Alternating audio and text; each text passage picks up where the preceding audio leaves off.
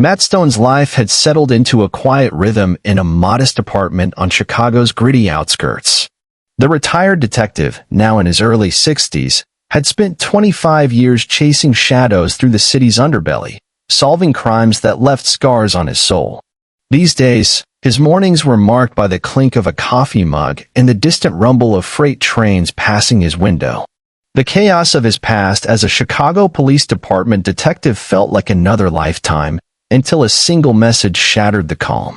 It was 10:30 p.m. when his phone buzzed, displaying a name he hadn't seen in years, Rosa Martinez. Rosa, his former partner, was a force of nature, sharp, fearless, and fiercely loyal. They drifted apart after Matt's retirement, their shared history buried under the weight of old cases. The message was brief, urgent. Matt, catch the last train. 11:59 p.m. Please. He called back, but the line was dead, a hollow tone echoing in his ear. Something was wrong. Matt grabbed his weathered leather jacket, the one he'd worn on countless stakeouts, and stepped into the biting Chicago night. As he navigated the frost-slicked streets, Matt's mind churned. Rosa's mention of the last train stirred a memory from 20 years ago, a case that still haunted him. The night train was a myth among cops, a phantom metro line absent from city records, whispered to be a conduit for Chicago's criminal underworld. Smugglers, dealmakers, and worse were said to ride its rails under the cover of darkness. Matt had nearly uncovered it while pursuing Victor Kane, a crime lord whose empire of drugs and extortion had slipped through his fingers. Kane had cost Matt dearly, 2 detectives dead, his career tarnished, and Kane himself vanishing without a trace. Was Rosa's message tied to that unfinished business? Matt headed to Ashland Depot, a derelict metro station on the city's north side. The platform was a forgotten relic, its tiles cracked, its walls scrawled with graffiti, the air thick with the scent of rust and damp concrete. By 11:50 p.m., Matt stood alone, the wind howling through the tunnels like a distant scream. Doubt crept in. Maybe Rosa's message was a mistake. Then, a low rumble shook the ground. From the darkness, a train emerged, its rusted shell groaning as it slowed. The windows were blacked out, opaque as night, but the doors slid open with a hiss. Matt hesitated, Rosa's words echoing in his mind. He stepped aboard. The train's interior was a jarring contrast to its decayed exterior. Polished floors gleamed under flickering fluorescent lights, and rows of leather seats lined the car, empty and pristine. Matt scanned the space, his old detective instincts prickling.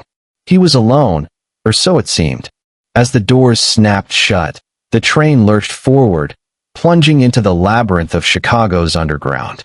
A note taped to a seat marked 13 caught his eye, written in a hurried scrawl. Sit here, Stone.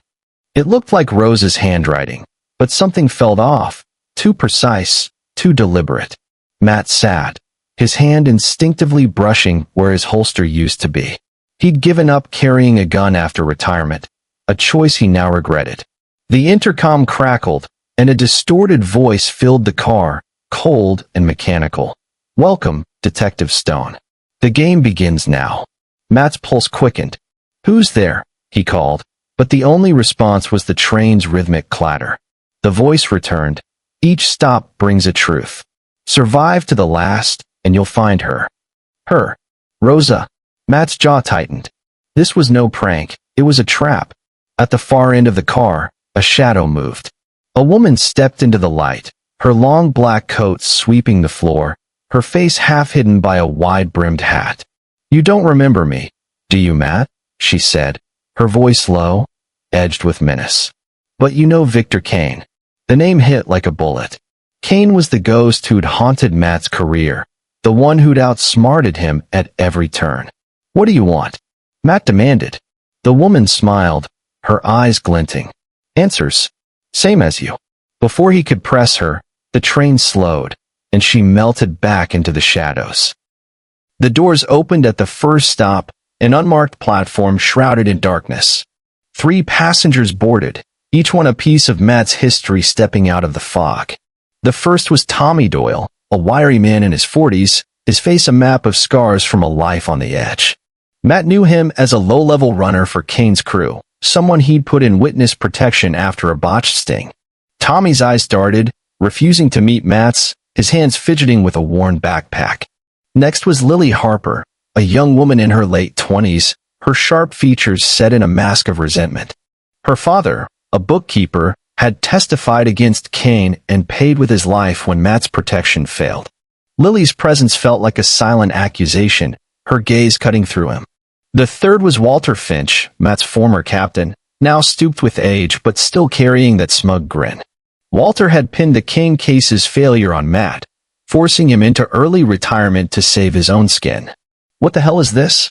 Matt asked, his voice rising over the train's hum. The woman in the coat reappeared, leaning casually against a pole. "This train is your past, Matt. Each passenger, each stop, peels back a layer of your failures. Want to save Rosa? Keep going." The doors shut, and the train sped on. At the platform, a rusted metal box was bolted to the wall. Matt pried it open, revealing a tattered ledger, Kane's old accounting records, filled with coded names and transactions. Tommy flinched as Matt flipped through it, muttering, "You weren't supposed to find that." The train barreled through the tunnels, each stop unveiling a new piece of the puzzle. At the second, a Polaroid was taped to a window, showing Rosa bound in a chair in a dimly lit warehouse. Matt's chest tightened. The back of the photo bore a scrawled warning, "Truth or her life." He turned to the others. "Where is she?" he demanded. Lily looked away, her fingers clenched. Walter snorted, "Your mess, Stone." Always was. Tommy's silence was louder than words, his knuckles white around his bag. At the third stop, the intercom crackled again, playing a recording of Victor Kane's voice, smooth and taunting. "You're always one step behind, Stone. You'll never catch me."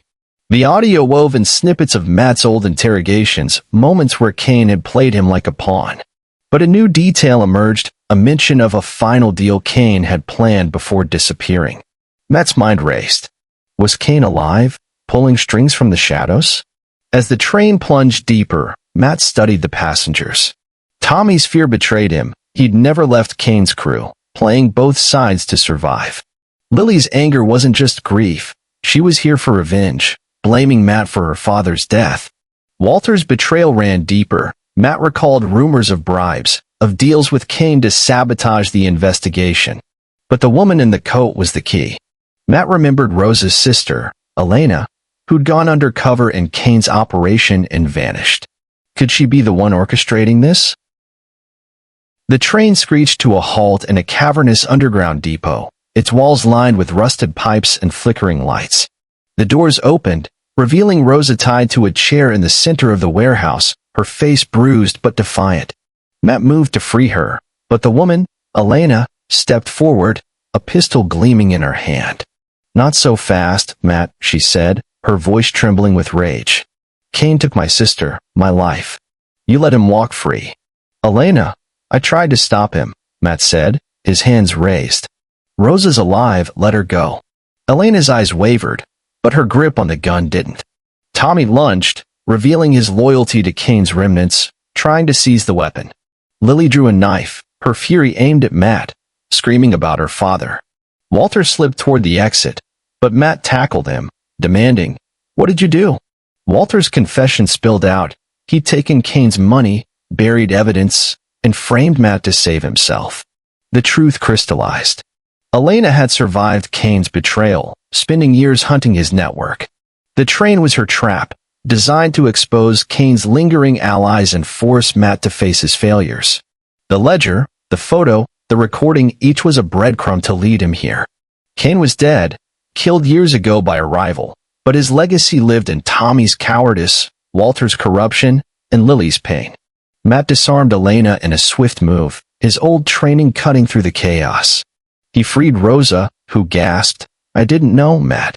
She thought I was dead."